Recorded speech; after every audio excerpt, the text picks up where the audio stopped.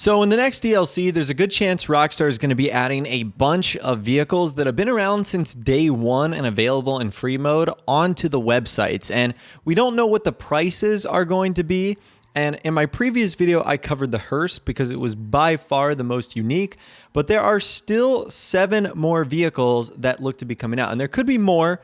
We just don't know what they are right now.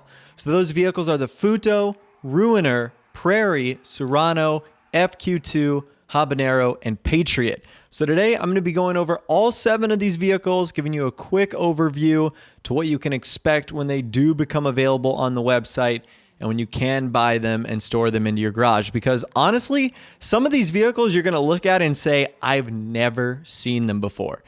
They're pretty forgotten about. So let's not waste more time here and let's get it started. All right, so let's start with the Mammoth Patriot. This vehicle is a GTA classic. It's been around since GTA 3, Vice City, San Andreas, Liberty City, Stories, Grand Theft Auto 4, and now Grand Theft Auto 5. In case you didn't know what it's based off of the Hummer, which is one of the more awkward cars that's ever been produced in the world. And unfortunately, Rockstar have never really done anything cool with this vehicle. I feel like there's been many opportunities for them to do like a Patriot Classic, maybe one of the H1s that was featured in Vice City or San Andreas, or even one of the cool throwback Patriots that were featured in Grand Theft Auto 4. Maybe the golden one that Playboy X had, or the one that had the American flag stripes on the side. I feel like there's been a lot of opportunities for really cool variants of this vehicle, but they've never added them into the game. And unfortunately, the Patriot really doesn't have anything that's all that exciting about it. It has basically zero customization, and it really isn't all that quick or exciting. So yes, this vehicle will be available. You've probably noticed it's also available in your CEO menu too, so you can have it spawn in the game pretty easily. But now going forward, it looks like it's going to be available to purchase on the in-game websites too. The next vehicle we're looking at today is a crossover SUV. That is the Benefactor Serrano. It was first featured in GTA 4's The Ballad of Gay Tony. It's a 4-door SUV, and now, of course, it's in GTA 5. And it's based off of a Mercedes-Benz GLK. And out of all the SUVs we're looking at today, this does have an okay amount of customization. It has a roof spoiler option. It has different exhaust, different grille options, front bumper, rear bumper. So there actually is a handful of things you can do here. There's even custom skirts you can apply to this vehicle. I'm actually kind of surprised. Now, like with the Patriot, there was a version that was featured in The Ballad of Gay Tony that was really cool. It was almost like a Benny's lowrider edition of the Serrano. If I can find a photo of it, I'll throw it on the screen right now. It had like a full body kit, lowered suspension, a custom chrome grille with a large Benefactor emblem in the middle. It had lower profile tiles that came with tinted windows. It had a 2-tone color with the roof and hood being a variant of the vehicle's main color. And we don't see anything like that in GTA 5, which is a little bit of a shame. So a real cool modified version of this would have been awesome for something like Benny's. Unfortunately, the version of the Serrano we have in the game right now is pretty lackluster. Next vehicle we're looking at today is the Fathom FQ2. So this is based off of an Infinity SUV. GTA 5 is the only game in which it's featured in. This car literally has no customization, which is so obnoxious. In fact, the only real reason you probably know about this car is every time you get in it, you get a 2-star wanted level because it's one of Simeon's vehicles. So this vehicle really isn't all that great. Probably the funniest thing about it, though, is its name. The name FQ2 is a play on the phrase FU2, if you understand that.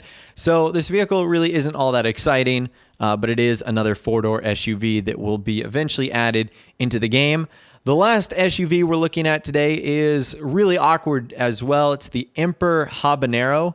It's actually only one of the few Emperor vehicles we have in the game. It's a 4-door SUV, and just like the FQ2, you'll notice that this vehicle really doesn't have anything going for it. There is no customization that you can do, and it's basically just like a little minivan, which is kind of what I call it. They had this car in GTA 4. It's very, very similar, but this one in-game just doesn't really do a whole lot. So that is the Emperor Habanero. Moving on to the next vehicle, we've got the Bulacan Prairie, which is by far one of the most unique and interesting cars in the game. Now, Bulacan only produces one car in Grand Theft Auto 5, and it's this vehicle, the Prairie. Now, you'd think this would either be like a sports car or something. This is actually a compact vehicle. Now, despite its very odd look, this actually does have a lot of customization, which I was kind of surprised with. It has bumper options, exhaust, hood, it has skirts, spoilers. There's a lot that you can do to this vehicle. You can almost sort of create a tuner vibe for it, which is kind of cool. Believe it or not, this vehicle is actually very rare to find as of the 1.13 update in Grand Theft Auto Online. The majority of times you'll find this when it's requested by Simeon, which makes it more common to spawn. But other than that, you very rarely see this vehicle out and about. So this is the Bulacan Prairie. Again, pretty interesting vehicle that will be added into the game fairly shortly. After that, we've got another interesting car. This one you are probably more familiar with. This is the Karen Futo. So the Karen Futo is basically the little brother of the Karen Sultan.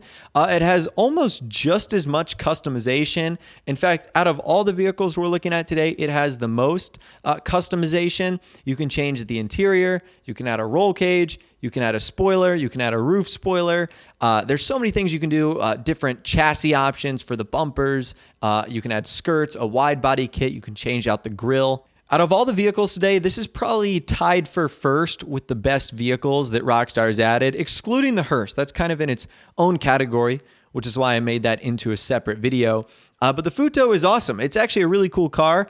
I think it's in the wrong class. It's a sports car, but honestly, this thing should be in compact. It is really tiny, like especially when you compare it to some of the other sports cars in the game. Pretty reasonably cool vehicle. This is another one that I feel like if Rockstar added into Benny's, it would be amazing.